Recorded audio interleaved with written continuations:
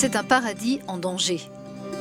Le parc national de Doñana, situé en Andalousie tout au sud de l'Espagne, est considéré comme l'une des zones humides les plus importantes d'Europe.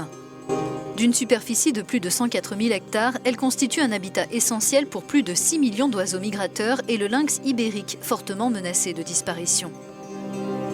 D'après des études scientifiques, ce site naturel classé au patrimoine mondial de l'UNESCO en 1994 est une victime du changement climatique et plus particulièrement du phénomène de désertification. Francisco Borja, professeur à l'université de Huelva, nous explique ses effets présents et futurs sur les écosystèmes.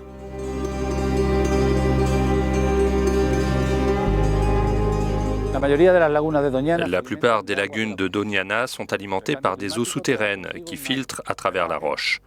Le changement climatique se traduit par des pluies plus faibles et donc une baisse du niveau des nappes phréatiques. Par conséquent, les lagunes comme celle-ci auront de plus en plus de mal à se recharger en eau chaque hiver. Selon les organisations de défense de l'environnement et les scientifiques, cet assèchement est dû à ce faible réapprovisionnement en eau, mais aussi à la surexploitation des eaux souterraines en raison des activités agricoles, industrielles et urbaines et de la construction d'un golfe à proximité. Les dunes actives sont des amoncellements de sable qui vient des plages, qui est apporté par le vent. Et elles avancent dans les terres, dans des zones qui sont occupées par une végétation de pins qui, comme vous le voyez, finissent par être ensevelies. On estime que la montée du niveau de la mer, qui accompagnera le changement climatique, tel qu'il est prévu dans les prochaines décennies, se traduira par une réactivation des phénomènes de vent qui sont fondamentaux dans ce processus.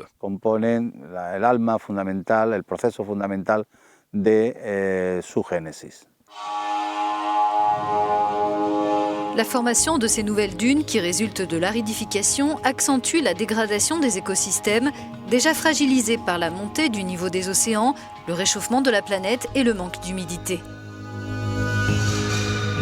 Le réchauffement a pour effet immédiat la montée du niveau des océans. Dans le cas des dunes côtières de Doñana, cette hausse du niveau de la mer est à l'origine de leur disparition. Ici, par exemple, il n'y a plus de dunes côtières, comme vous pouvez le voir. Cette passerelle a été construite il y a 20 ans, juste derrière la dune, qui aujourd'hui n'existe plus. Nous sommes devant le Lucio del Membrillo, l'une des zones de marée les plus connues de Doñana. Le changement climatique va provoquer une réduction des pluies, et donc ce marais sera en eau sur une période plus courte. Cela va aussi entraîner des changements dans le niveau de salinité et d'autres paramètres chimiques qui vont affecter la faune et la flore de cette zone. Les marais de Doñana sont des zones comme celles où nous nous trouvons qui sont inondées chaque jour en fonction du flux de la marée.